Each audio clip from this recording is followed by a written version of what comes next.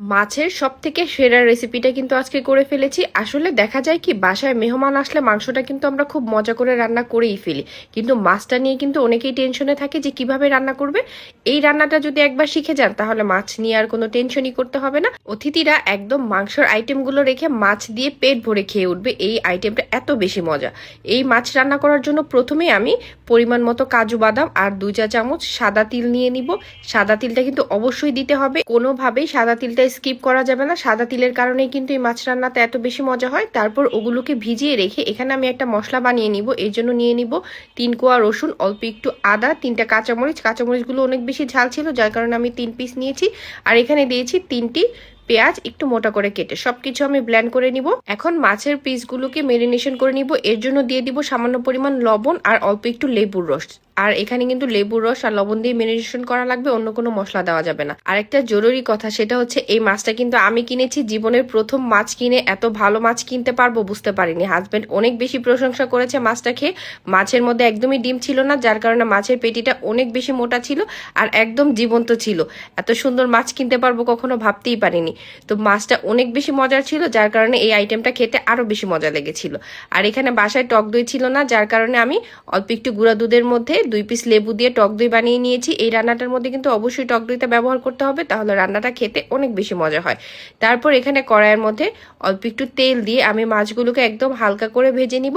তারপর মাছগুলোকে উঠিয়ে রেখে সেম ফ্রাই প্যানের মধ্যে আমি 3টা শুকনা মরিচ, একটা দারচিনি আর 2টো এলাচ আর তেজপাতা দিয়ে একটু ভেজে নিব। যখন সুন্দর একটা ঘ্রাণ আসবে তখন এখানে কুচি করে কাটা পেঁয়াজ দিয়ে দিব। পেঁয়াজগুলোকেও সুন্দরভাবে একটু ব্রাউন কালার করে নিব। এখন এই পেঁয়াজটার মধ্যে ব্লেন্ড করে রাখা মশলাগুলো দিয়ে দিব। আদা, রসুন, কাঁচামরিচ, বাদাম যা যা ব্লেন্ড করেছিলাম সব একসাথে এই পেঁয়াজের মধ্যে দিয়ে খুব ভালোভাবে একটু ভাজা ভাজা করে নিব।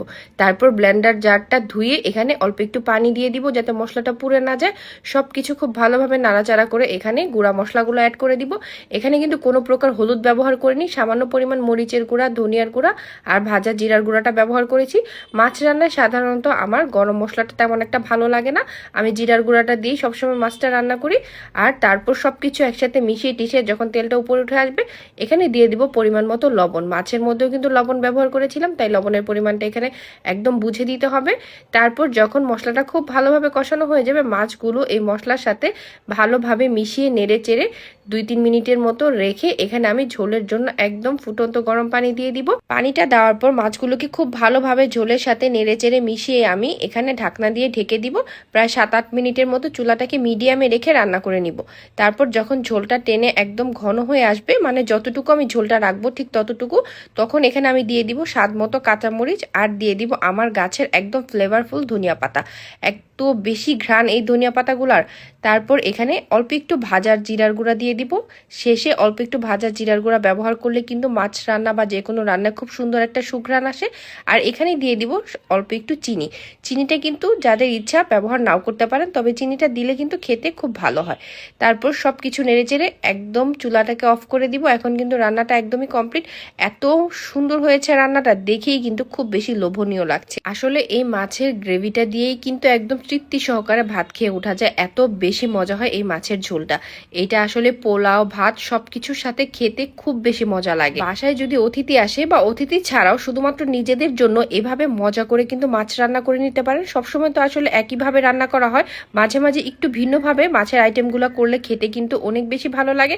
খাবারের মাঝে কিন্তু অনেক ভিন্নতাও আসে। আসলে আজকে আমার মাছ রান্নাটা দেখতেই এত লোভনীয় হয়েছে, কি বলবো, খেতে তো অনেক বেশি ভালো লেগেছিল। আজকে আমি ভাতের সাথে সার্ভ করেছিলাম, এটা পোলাওয়ের সাথে খেতে অনেক বেশি ভালো লাগবে। তো আজকের রেসিপিটা যদি ভালো লেগে থাকে তাহলে কিন্তু শেয়ার করে দিতে পারেন। আর রান্নার আগে চটপট দেখে জাস্ট রান্না করে নেবেন, দেখবেন কতটা মজা হয় ঠিক এভাবে করে রান্না করে।